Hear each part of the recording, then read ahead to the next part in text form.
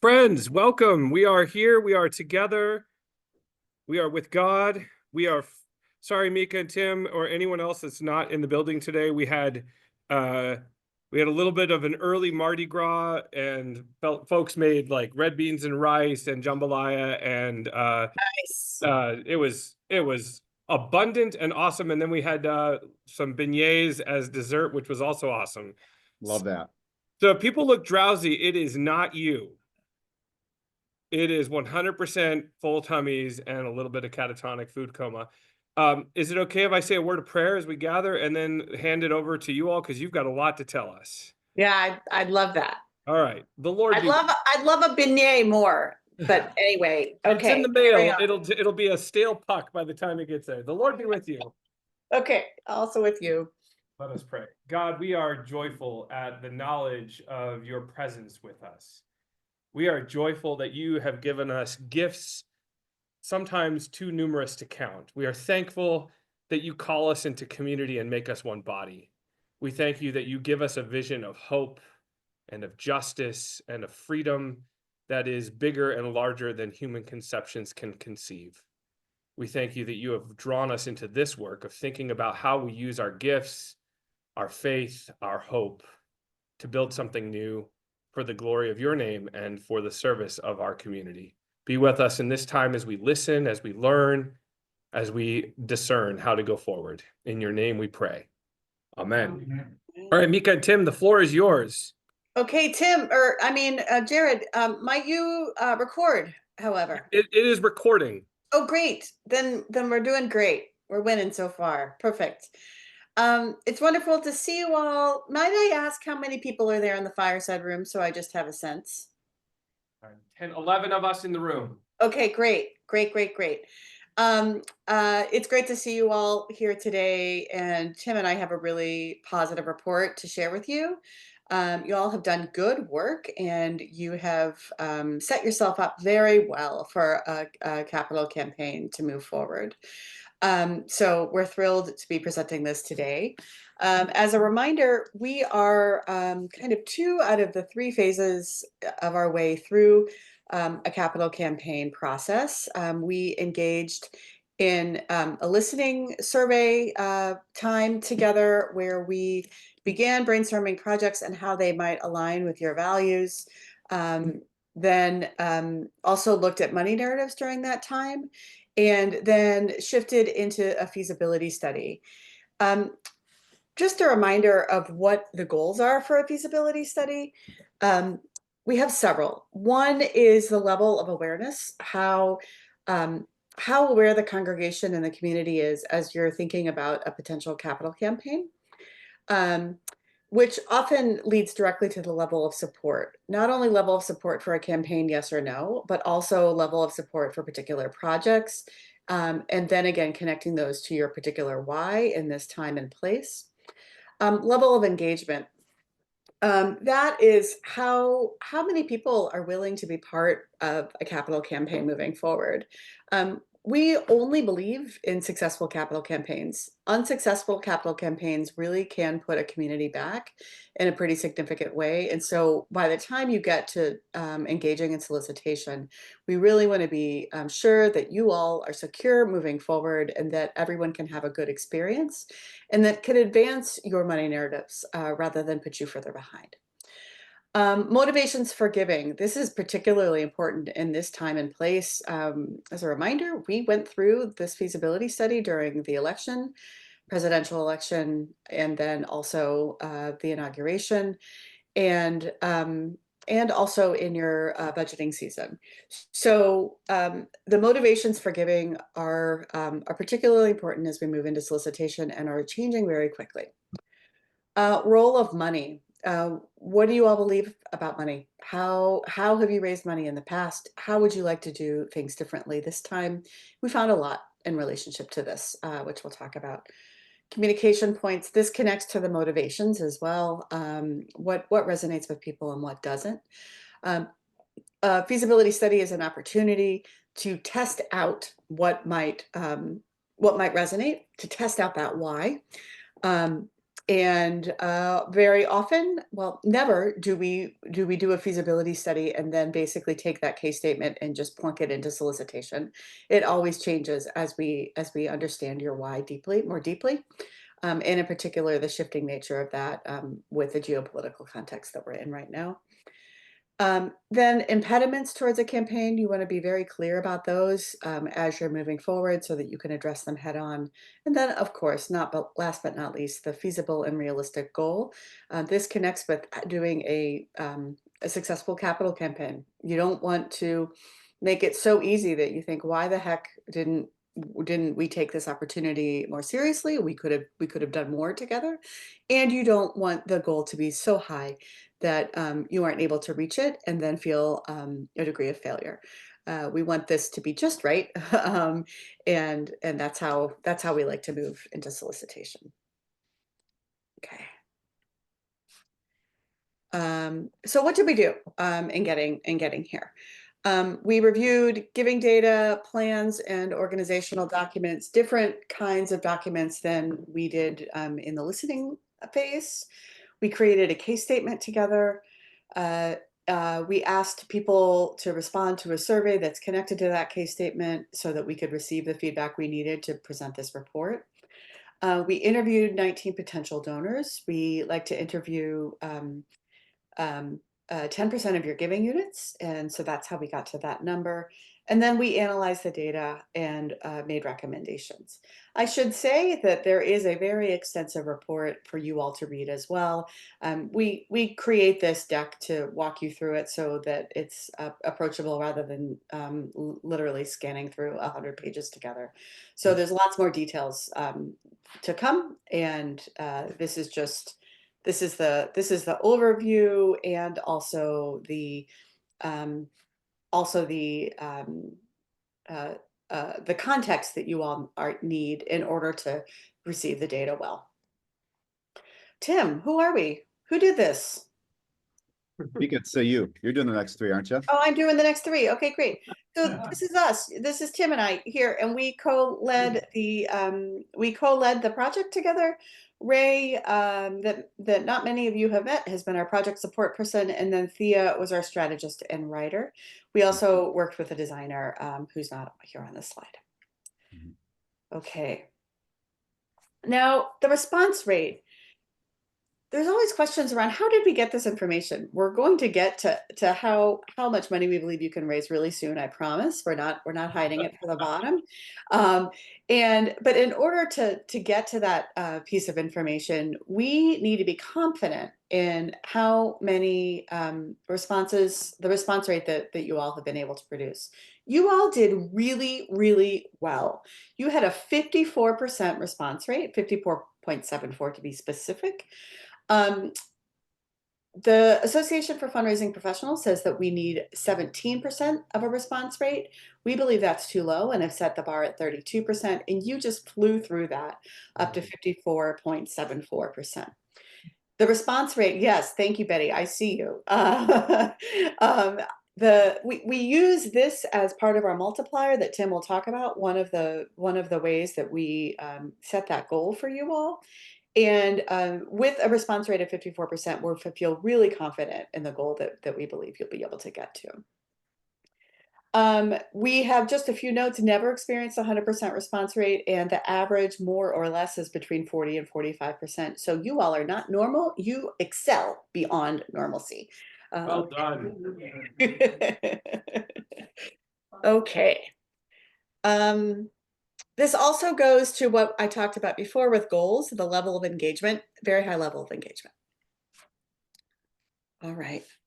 So ultimately, we know that you want to know this information. So Tim will next tell you how we got here, but we tested for a goal of $6.7 million, and we are recommending to you a goal of $2.7 million. The Association for Fundraising Professionals suggests that a stretch goal be put in place of 11% of the recommended goal, which gets us to $209,000. And the total goal is $2,964,000. Did I say 10% or 11? I meant to say 11% for the stretch goal. Said I'm not 11. sure what I You said. said 11. Okay, great. Good me. Go me. So we got to this amount for a few reasons. One, the high number of positive factors for the campaign. Also, the unknown sense of capacity due to economics and politics that are swirling around us. There were several people who said they weren't sure because they needed to see what was going to happen in this new year. Not that they weren't sure if they were going to be able to contribute, but that they weren't sure how much they were going to be able to contribute.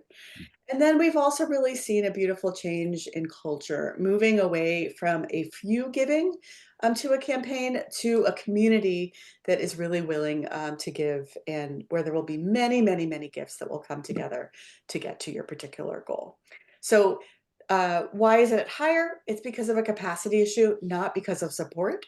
And also, I would like to say that I hope that many people breathe a sigh of relief when they see this, because many people said they didn't think that you could get to the 6.7 million. So what we're doing is reflecting back to you all what you all were saying, and the quantitative and qualitative data came together really, really beautifully to get to this particular recommended goal. Mhm.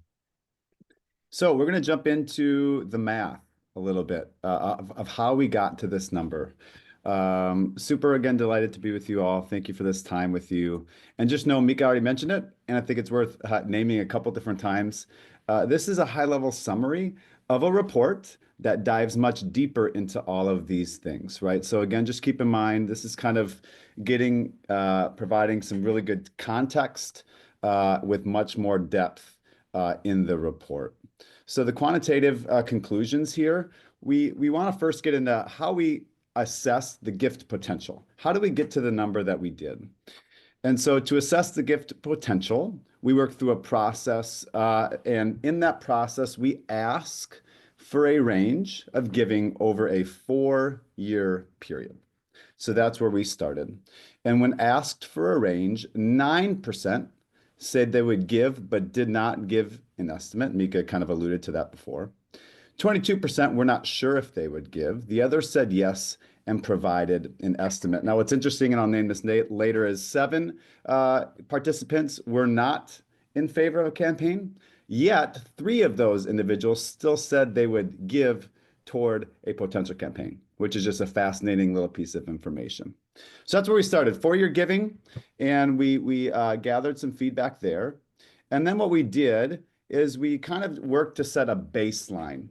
And to do that, we used averages, right? So if someone said they would give, for example, a range between $5,000 and $10,000, we averaged them to $7,500. So that was kind of how we set this baseline. When we gathered all of the estimates that were provided, we came to a baseline gift total of just over $1.9 million. So I just want to just level set there again. That's our baseline. But then, and as Mieke alluded to before, we apply what's called a multiplier to this, because some 54%, while that's a tremendous response rate, that means 46% did not respond, which means there's a hope that some of them give. And so again, we have to just take certain factors into consideration to say that more could be raised beyond just what was provided to us through the listening. And so in that, a typical multiplier range can be anywhere from 1.1 to 1.6. And through kind of the listening and how the numbers came back, we applied a multiplier of 1.45. So when we do that, then that gets back to the numbers that Mieke mentioned just a few minutes ago, where we know we tested 6.7 million. But after taking that 1.9 baseline and applying our 1.45 multiplier, that brought us to a little over $2.7 million with the stretch goal added of 11%, bringing us to the total of just shy of $3 million. So that's kind of the math. Again, there's more depth that is provided in the report, but that's a high-level summary of how we got there. Now, within that, though, we also listened to how individuals, participants, talked about the projects. And so if you remember with this question, we asked them to rank, not to prioritize. And so theoretically, someone could say they all are the most important to me, or just one is, right? So there was kind of a nuanced approach that we took to this question. But after kind of cross-tabulating our responses, here's how the projects came to be prioritized according to those who participated in the survey. The highest priority came back as love, which is kind of the building reserve fund. The second highest and relatively close is the community project, with welcome coming in at 43 and joy coming in at 36%. Now, one thing worth noting here, and again, it's in the report, is that over 10% of participants noted that they need more information about projects joy and projects love. 10%. That's just worth noting. That does not mean they're not in favor of the project. That just means they need more information. And so what that means for you is that might mean some more clarity, and homework is in front of you if and as you move forward in this campaign. Can I just say one more thing, Tim, Please, to that? please. In the community being the second highest there, it also reflects the listening survey that we did, the listening study that we did beforehand, where your posture in the community was really important to people. And that came side by side with the Building Reserve Fund. So there's a consistency that's happening here that is really beautiful to see. And also in answering the question of why now in this geopolitical moment, to be able to use community as a very strong factor to the why now is going to be really important. So it sets you up very beautifully for a campaign moving forward. Yeah, Eloise, let me quick, I think I can answer that question now. I think that could be helpful. So the high level for the Welcome Project is conceptually more the entrance and kind of space. There was a coffee idea and welcoming area.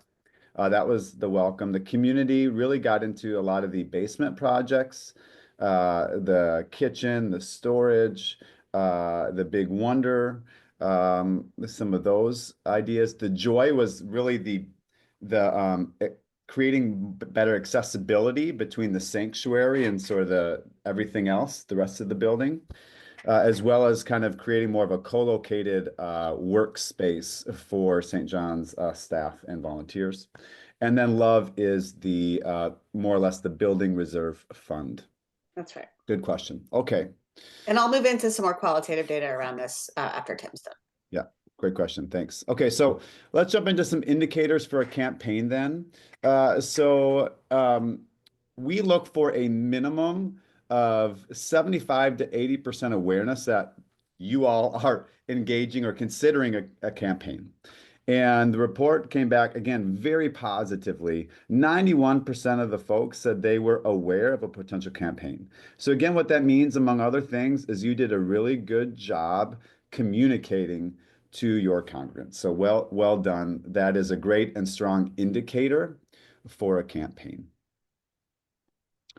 The next things we look at respondents favoring a campaign. So they're aware of it. What do they think of it? 91% are generally in favor of a campaign. And again, Mieke will jump into some of, we provided or allowed some kind of commentary to that question. And again, it's all in the report. Mieke might provide some high level in just a minute. But 91% are generally in favor of a campaign. 7 households are not in favor of a campaign. But again, I mentioned there are a few folks who still said they would give to a campaign. 75% would give to a campaign without projects finalized, and 41% would consider a volunteer role in the event you move forward. Again, that, Mieke, you can jump in, but that's a strong number, right? We've already mentioned that campaigns require more than just money. They require people's time and energy, and that's a very strong indicator for a campaign. Yep, we require 30% minimum to move forward, and so you all have exceeded that as well. Mm-hmm. Great. So really, and Mieke will be jumping in shortly to the qualitative data, but all the numbers point towards moving forward with the campaign. The qualitative data will affirm that. We'll jump into that in a minute. And however, additional indicators point to a need to modify your intended or the targeted goal where we started, and kind of getting to that last number or that last slide there, Mieke. Let's see here. There we go. So Mieke again mentioned this at the top of kind of one of the questions we asked was that target goal and people's perception of that. 22% felt like that goal was reachable. 18% thought it was too high, and 60% held a posture of uncertainty. And even anecdotally, there was a lot of, I don't think so, but I really don't know fully for sure, so I'll say I'm unsure, right? So really what that points to is this idea that you all had a sense from the beginning of kind of what was possible. And then with that, there's a need possibly to modify that goal, which we provided a solid and good number for you to consider. I'm going to turn over to Mieke to jump into some of the qualitative conclusions that surfaced. Okay, great. So in the qualitative conclusions, there are kind of three different ways that this often shakes out for us. One is that we receive questions in the qualitative work that weren't flagged in the quantitative work. Another way is that it provides texture to quantitative themes that aren't consistent. So if we're finding inconsistent themes in the quantitative data, let's say lots of people are in favor of the campaign, and yet no one says they'll give, that's confusing, right? That doesn't make sense. So the qualitative data will help us understand what's happening there, or that it fits hand in glove with what the numbers are telling us. And you are number 3, you're definitely fitting hand in glove. That we'll get some more texture out of the quantitative work, but there's no big surprises here. What we're getting here is additional information on how we might communicate, how we might live into the why around timing, which was particularly important to you all. But there are not going to be any big surprises in this. So the quantitative data calls for a reduction of scope connected with concerns expressed over the capacity to contribute significantly to the campaign. The qualitative data also talks quite a bit about capacity, that people were concerned that they wouldn't be able to give at the capacity that they wanted or that they might have thought was expected, and that they're concerned about others, that they are going to feel that they're going to feel bad because they can't give as much as they might be able to. And that goes back to shifting the narrative around just a few people who are running a campaign to everyone being part of the campaign and truly believing in our heart of hearts that all gifts of all sizes matter. And so care must be taken in both working on money narratives and communicating and how we talk about pledges and contributions to the campaign. And in that sense, then this will be a very deeply pastoral act where people will be invited in a way that they haven't before, and will be invited to align both their experience in the world right now with an opportunity to do something about that through engaging in this capital campaign. Just to dig down a little further even into this, the why of the campaign is just as important as the nuts and bolts of how you organize and enact the campaign. You'll need to intentionally connect the dots between the flourishing of the congregation, its ability to serve, and the need for the campaign. The understanding that inequities will only increase, and that the church has a particular and important role to play in addressing deepening inequalities, means that the why of the campaign must go far beyond practical needs being filled. So, when we think about community being the second highest value, how are you able to be better neighbors? How are you able to allow for space for people to come and experience God, experience respite, and experience safety in ways that you can't right now, that are really urgently needed in this particular place that we are in geopolitically. Similarly, as we think about the Building Reserve Fund, what does that do? What does filling the Building Reserve Fund do so that you are able to continue to create this space for people around us? Now going into some project priorities, Tim's already brought us through this, but I wanted to give you some easy wins that are coming up, some very clear consensus around projects that people believe should be taken care of. While welcome was not the highest priority of the four, four, it had certain projects that stood out as being really important to the community, and it might have been higher up if these projects had been the only thing there, right? So where you all are sitting right now, the fireside room, a real belief that the fireside room needs a refresh, and because that is one of the real functioning spaces that we've already experienced, Tim and I, everybody wants to be in there. It's cozy, it feels good, it feels safe, it feels like you want to like engage in real conversation there, and a lot of really beautiful things can happen there. And so can that be made more special? Can that have a refresh so that more people can use it? Unanimous support for the bathroom renovations. I don't need to say much more. The bathrooms that are next to you all, we all know the problems. We've been in there, Tim and I have, and a real desire for the bathroom renovations to take place. There have been mixed feelings, however, about the entrance shift. People not really understanding why it needs to happen. It feels like a big dollar amount to move some concrete, people have thought. Some questions about safety, not that many. And so wondering, you'll see in the report the questions that are there, and there are mixed feelings about that. It's not a slam dunk. Community, this is the second highest that received support. There is support for doing something with the kitchen, but there are strong feelings about what you do with the kitchen. People do not want you to throw out the baby with the bathwater with that kitchen. I'm not sure exactly what a catering kitchen is. Tim could be able to answer this question better than I can, but there is a desire and concern for people to be able to still cook in there. Maybe not the giant kitchen that you all have where there's a lot that's not functioning, but to continue to be able to make meals. You're very meal centric, which is great, and we want to be able to continue to use that even as you're bringing food in. So we'll ask you to narrow the plans and kind of revisit those, and that might also be partially a communications issue. And then the rest of the projects receive significant support. Nothing to really raise to the top here, but support for the Big Wonder Storage, support for the meditation room, support for rethinking the gym, support for the audio, but no giant alarm bells were coming out of that. 3, joy. General support for figuring out the navigation issue, but the cost does feel prohibitive for people, as we can see in the goal. And then there was some concern about the sacristy and chapel movement. By far not a unanimous concern, but there is some concern to be taken care of there. And it's interestingly not necessarily all about changing the function of the chapel. More concerns about logistics and what's possible. And then questions about staff needs. There was kind of like wow, we have more staff than we realized.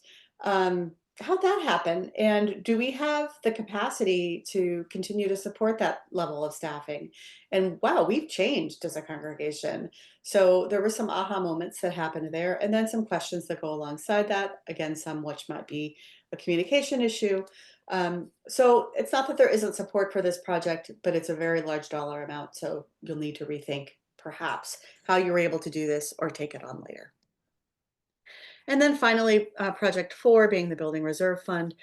For those who understood the project, as we said, several people said that they needed more information, which doesn't mean that they don't understand. It's just that they need more information.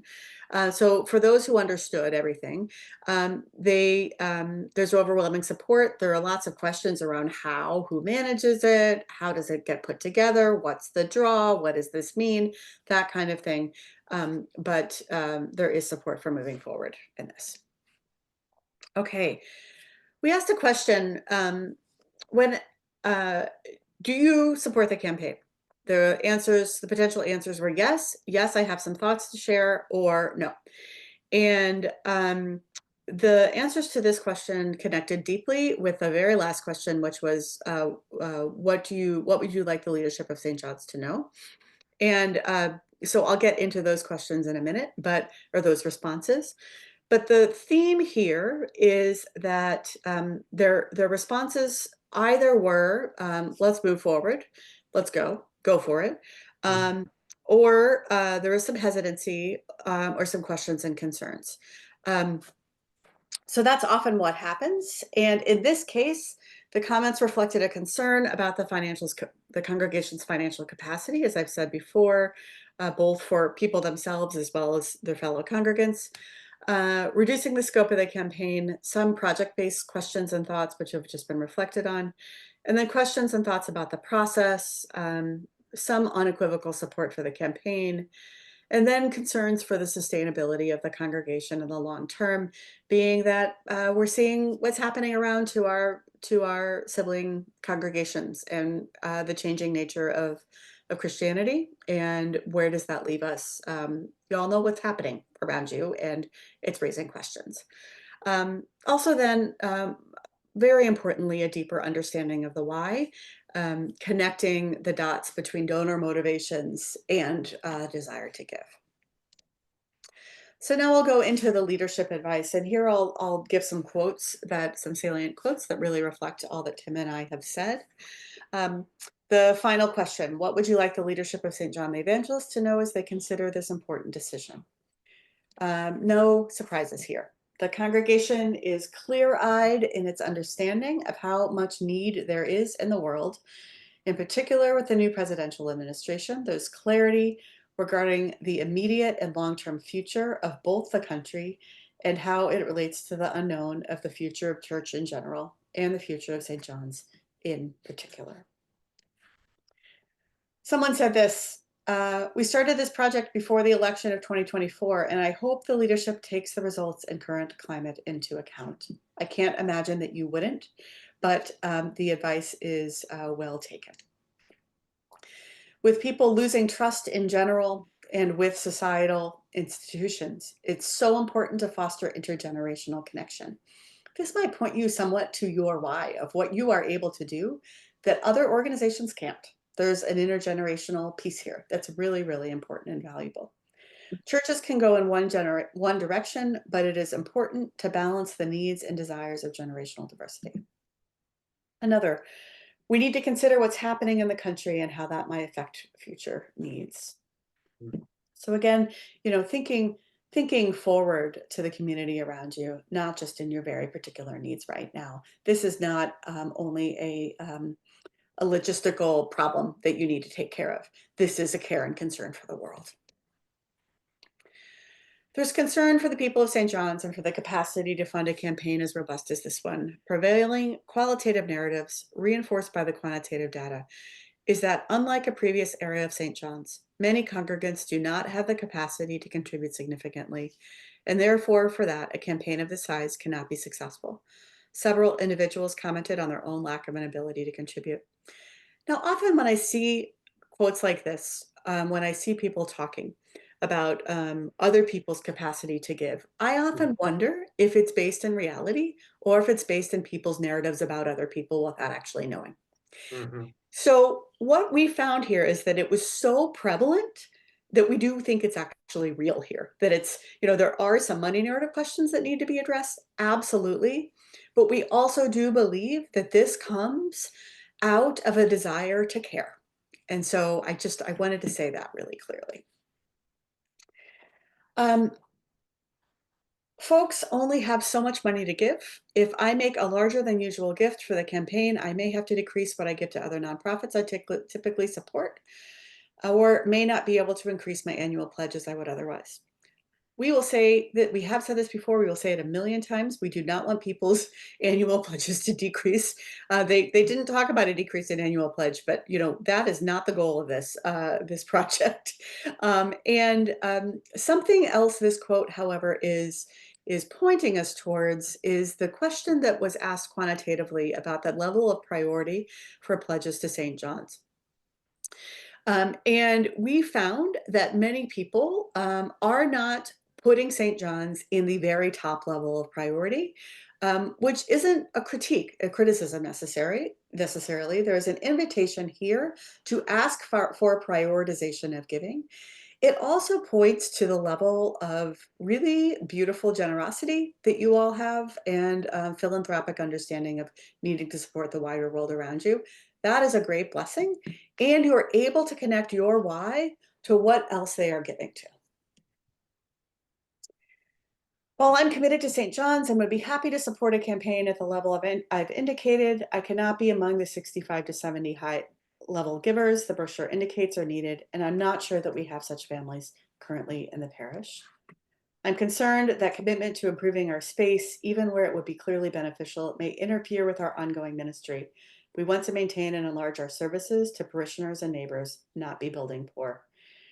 Here, we're talking about the why again, that this is not just about, this person is not interested in just improving the space, even though it might be pretty. It's not about having, better utilized space. It's about being able to utilize that space for your services to parishioners and neighbors, and your ongoing ministry. So this is a beautiful example of that communication that's needed.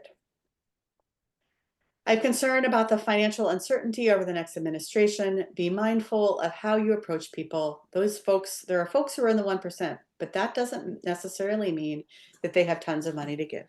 So be mindful. You hear this over and over again. Be mindful, be careful, be kind. It's important that communication be wide, clear, and transparent in general, but in particular around this campaign. It's requested about decision-making as well as progress as you move forward. Creating communication plans to ensure consistency will also be important in shifting previous narratives, that this is not a secret. We're not engaging in secretive work here. One quote, be open about this. Too often fundraising has not been open, understood, or supported. There was a perception before of major donors stepping up so some could coast along. If we're going to get near the number here, everyone will have to participate. Now we're moving into recommendations. We have several recommendations. None should be a surprise at this particular point in the presentation to you all. One, share the results of this study. This connects to the open communication piece, and building trust as you move forward. It's what we're doing here. It's why we're recording this, so that you're able to give this to others so that they have the context behind the results. Think about create and stick to a communications plan regarding the process already undertaken and the process about to unfold. Make a plan, work your plan. Reset your campaign goals. Use the recommended primary and challenge goals to reset your goals, and then use the data to reduce the scope, the priorities, and the qualitative data. Know that these results are valid for 12 to 16 months. I'd say even less at this point. That we keep reducing that number because of how quickly things are changing in the place that we're living in. If you elect to move forward with projects 3 and 4, I assume you'll move forward with 4, considering that it received such high levels of support. These were the two that where people needed more information. So make sure that you look at the questions and that you really think through how you communicate this. Connect projects clearly to your why, especially in the current national geopolitical context that's connecting donor motivations with the projects themselves. Tim talked about the individuals who said that they did not support the campaign. And in those, in really analyzing those individuals' responses, we realized that there are a few pastoral care conversations that have risen to the top that need to take place. I've already been working with Jared around who those people are and identifying conversation possibilities, keeping confidentiality at the same time. Timing, our recommendation is that you move forward ASAP with an organizational and advanced gift phase, and then a public launch with your annual giving in September or in October of this coming year. What does organizational advanced gifts phase mean?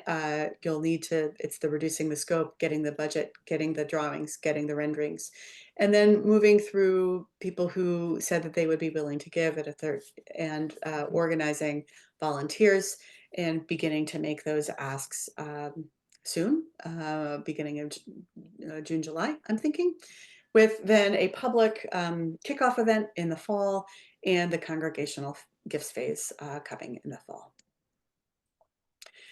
few other additional steps that you need to engage in to move forward to set yourself up for success, all the different ways we think of success. Hire additional staff to create infrastructure, coordinate tasks, provide administrative support, support volunteers.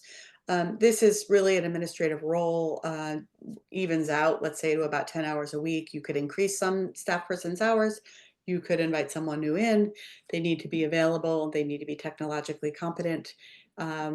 This is someone who really is an important bridge. They also need to be able to keep confidentiality. Prioritize the rector's time to engage in the campaign as we're thinking about the why being so important. I want you all to be, our whole team wants you all to be very deeply led in that why and continue to come back to that. And that's your rector's job, right? To keep us focused on the whole point of all of this. So really having him be more deeply engaged. And then hire professional support for this campaign. That means to hire fundraising, a fundraising consultant, and we would welcome the opportunity to be your fundraising consultant if you would like to continue working with us. So this is a lot of information, and we'll stop now, but just a word of deep gratitude, and we really, really mean it, for the engagement, for the faithfulness, for the beauty that you all exhibit in St. Paul, and the potential of what might happen and how you might engage in the healing of the neighborhood around you. So thank you all for existing and for being such good partners. Mm-hmm. Thank you. Can we express our gratitude to Mieke and Tim? And let me just say, because I know many hands made light the work, thank you to Mieke and Tim and their team for leading us in this, but any of the core team, so Yes. Sally, Betty, Sarah, Rick, and earlier Holly, and to some effect, Don Weinkopf as well, just great hands on deck, and each of you that filled out a survey, just all of the ways you contributed already to this point. It's success at this point. I have asked our core team, because we had this opportunity to preview the report and to receive this this presentation from Mieke and Tim already. So we're going to hang back and listen to your feedback, which means in order to fill that space so that we don't feel eager to jump in, you've got to have your questions now. But Mieke and Tim will be happy to answer questions. Or just like reflections. They don't need to be questions. They might just be what you're noticing at this time as well. Be shy, friends. Well, first, thank you for this. And I'm new back on Vestry, so some of this is not that familiar to me, but I was really heartened to hear how much the church is paying attention and you are paying attention to the shift that we've had in the last 4 months. Because I know personally for me and for my family, it really has changed the calculus of how we're thinking about both our time and our money. Mm-hmm. Yep. To the extent, I am very supportive of this campaign, but to the extent that we can, to some extent, reframe it to meet the needs of the moment, I think we're so called to that right now. And I see that. I'm not sure how it will work out, and I'll support whatever comes up, but I was heartened to see that from my fellow parishioners and from you. So thank you. I'd like to follow on that and really say what a great job Vandersall has done in gathering the attitudes and feelings of our parish. At least in my lifetime, I think we are at an unparalleled time of uncertainty, and I'm just going to say meanness in terms of what we can expect from our government leadership federally. And so and every day it seems some new awfulness has been brought forward. We're taking all of our support for migrants away. Federal government, just like that. And so I think I'd like us to be able to show how we are, as much as we can, giving to our community. And that would inspire me, that our church is is right where the needs are. And how do we balance that with all that we've put into the thinking about our campaign? I think the reserve study is secure. We have to have that. That's a necessity. Yeah. But do we attract more money for other things when, or should we be thinking about balancing that with more giving at the same time? I don't know if that's feasible, if we've ever had to think about. It's really helpful that Mieke and Tim have asked us to tell the why, and I think part of that is getting specific. Most of us don't know that Celeste Finn has been one of the public leaders of the arguing for a renewal of democratic processes in our own state. If you look at the most recent gathering at the Capitol building, she was on stage as one of the 4 featured speakers. She is organizing the city around fair and equitable pay for teachers and more childcare. And so I think our relationship with that through this priority that ranked really high in our list shows a solid support for an organization and an individual that's doing the very thing you're talking about, which is fighting back against the erosion of our institutions in a statewide context. That's a huge. Is it enough?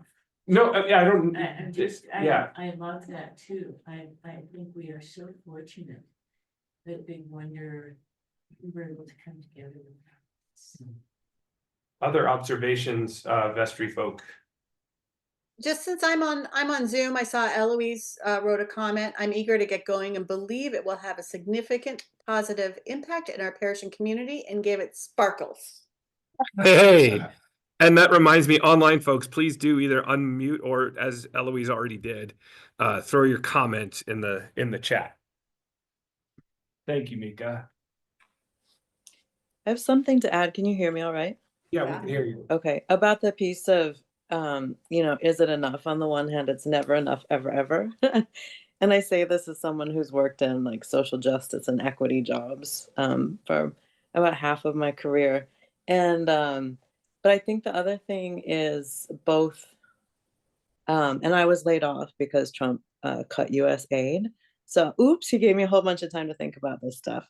And, and so, it's money for sure, donate. And I keep thinking like, what would be the most effective way to strengthen? I'm kind of setting the resistance is really important. Changing hearts and minds is really important. But what I do is kind of build and create and make things go. And I think beyond resistance, just create, create, create, create. And we're doing this from who we deeply are already. And we've been moving into more and more who we always meant to be and doing some big dreaming about who we'll become. And so I think our work with this and the fact that we're already aligned with so many of the communities directly under attack, just to tell those stories again, Jared, like you did just now, about here's what's here, here's what's happening, here's what this campaign will bring it to the next step. And so many people are in so much pain and so afraid, and to say, this is something not only spiritual and high and holy, but really, really, really practical. And the community piece rings so true to me. I went to school at St. Paul Central, and when Anika Ward, was there with her dad, the Carters, and her mom. Well, she wasn't there when Tony came. I thought, oh my gosh, I've never seen a Black person from my high school in this building before in my life, and that's a problem. And I hope we can do really great connecting work. And that showing up in community was something that just rang so loud and clear throughout this for me. And it's a lot of relational time as well. Those are my long thoughts about everything. Thank you, Eloise. Thank you.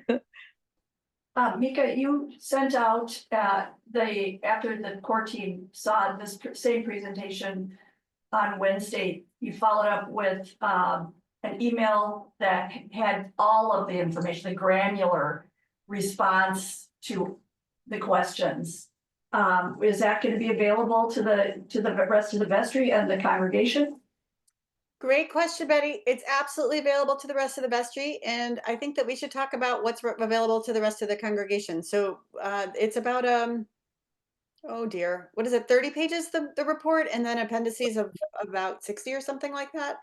So I think that the report should be available to the whole congregation. And then sometimes what we've done is if people really want to read all of the granular appendices with all the comments, that they come in and read it at St. John's, and then Jared's available for questions and conversation as well.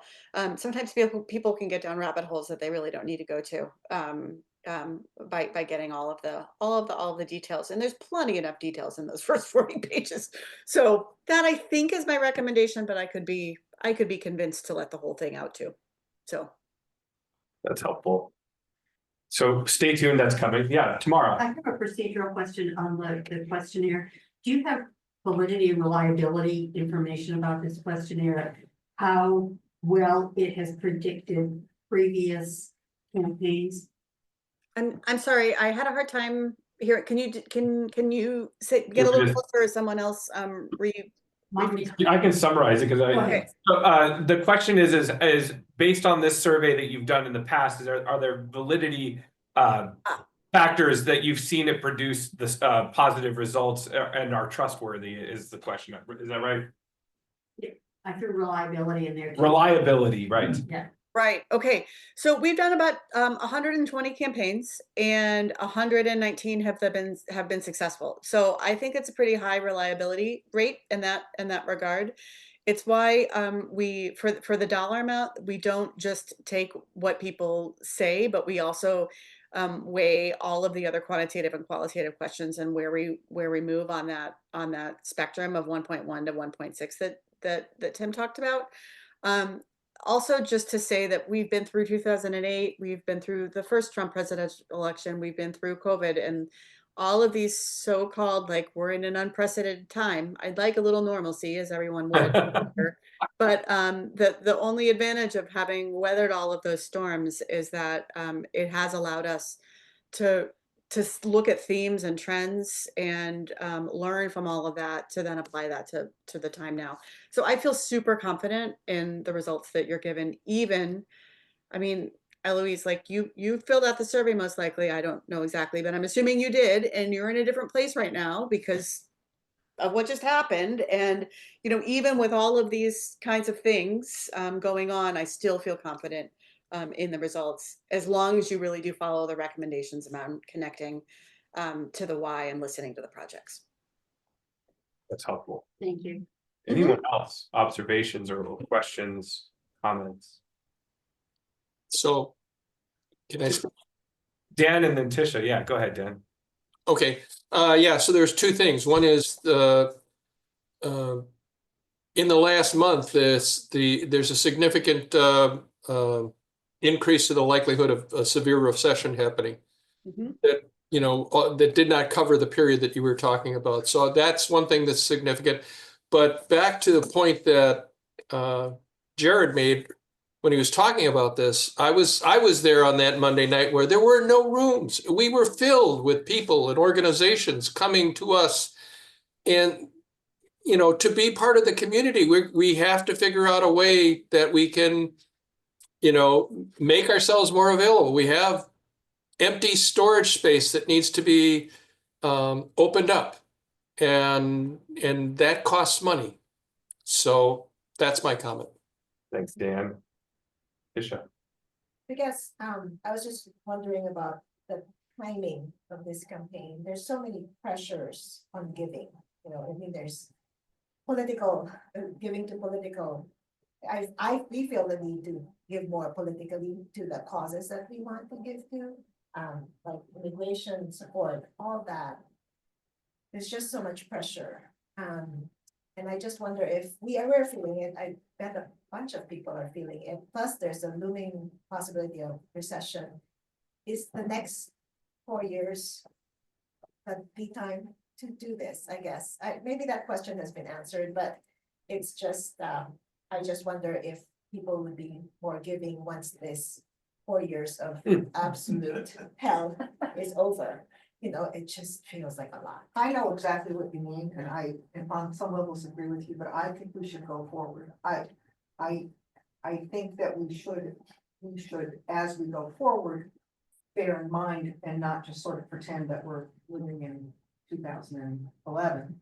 But I think we should go forward because in fact, our building and our programs can help. We can, this is the narrative of, we're here to help you through it. And if we just sort of batten down and don't do it, then we'll have lost an opportunity, I think, to give our parishioners a way to focus their rage and their rage isn't maybe the right word, but, well, no, it is. It is. And honestly, Their need to act. there was a donation website in the after the 2016 election called ragedonate.com, and it gave people a place where they could go and search what was enraging them and then find organizations that were answering that rage. And I think that's a renewal that's happening again. Something Mieke, Tim, and I talked about as we were in the midst of the feasibility study was that shift, which they noted in the anecdotal feedback or the qualitative results, is that after the election, but particularly after the inauguration, there was a shift in answers about this very question Tish is asking. And so I did hear, and Mieke and Tim, feel free to amplify this, but to your point, Tisha, that wasn't responded to. I think so. Yeah, there's a sense that if we're cautious about genuinely attaching what we're doing without it being false, without it being blowing smoke, but the why has got to be critical and clear about this moment and not just about what we sort of polishing this lovely building. It really does have to be about that deep why that's motivating both political giving right now and also why people are returning to church right now. That's the other thing you may notice is that visitors are pouring back into the doors because they're wondering, how else will I find meaning and a way to resist in this moment other than going to my faith? Which then brings us back to our why, like why we exist. I sympathize with you, but I remember saying in 2016, how much worse can it get? And I was wrong. So we could get JD Vance as the next president and, Don Jr. for God's sake. Or Elon. And that one too. No, we can't. So Yeah. it could get worse than we are now, and I am concerned about that. Yeah. This is where the capacity to give, I think, Yeah. just that giving fatigue is real, and recession is real. Yeah. Yes. You're not wrong. You're not. Can I just give a little bit of texture to some statistics that some data that we know that goes back actually to the Great Depression. That's when community trusts were created. That's kind of the precursor to a nonprofit. And in doing some research on like how did nonprofits come to be, and were people giving in other times of depression, both recession and depression? Statistically, people gave more than they had before or directly after. And it's connected to, so first of all, it's this idea that that people actually need an outlet and a place to be able to channel their giving. What Jared was saying around rage.com, that very much was a place of channeling. And going back to the pastoral act here in asking people to give and helping people understand that they have something to give, not just financially, but it's connecting to their very being and their very worth, that they are worthy. Someone there was speaking about the meanness that we're in right now, and it's absolutely true. And to have a different kind of response to that meanness can be a very, very deeply pastoral act where it's actually serving the community by asking rather than by not asking. So so just something to think about as we think historically over the last 100 years or so. And then, as I said, what we've seen through 2008, 2020, and so on and so forth. There's a lot there.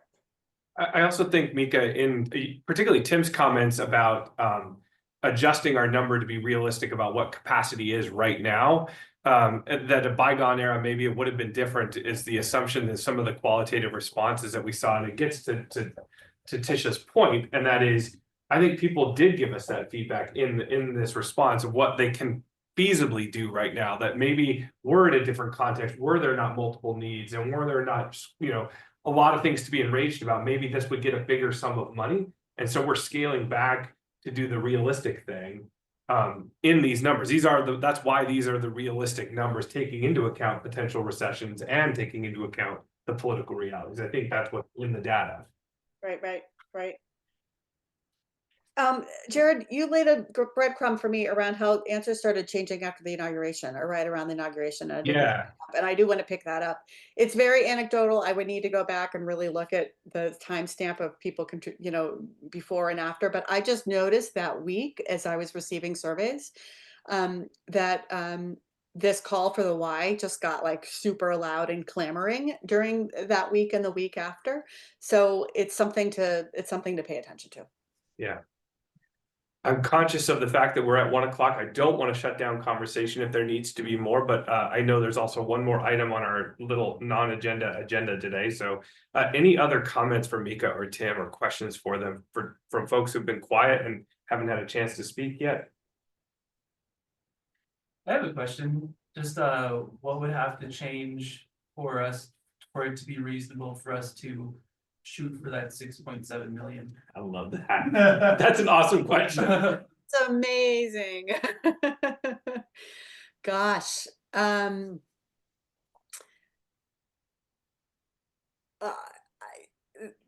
I feel I would need some more time to answer your question with a great deal of thought, and yet at the same time, off the cuff, I'm thinking greater connectivity with the why is really important, and that gets cultivated over a series of years.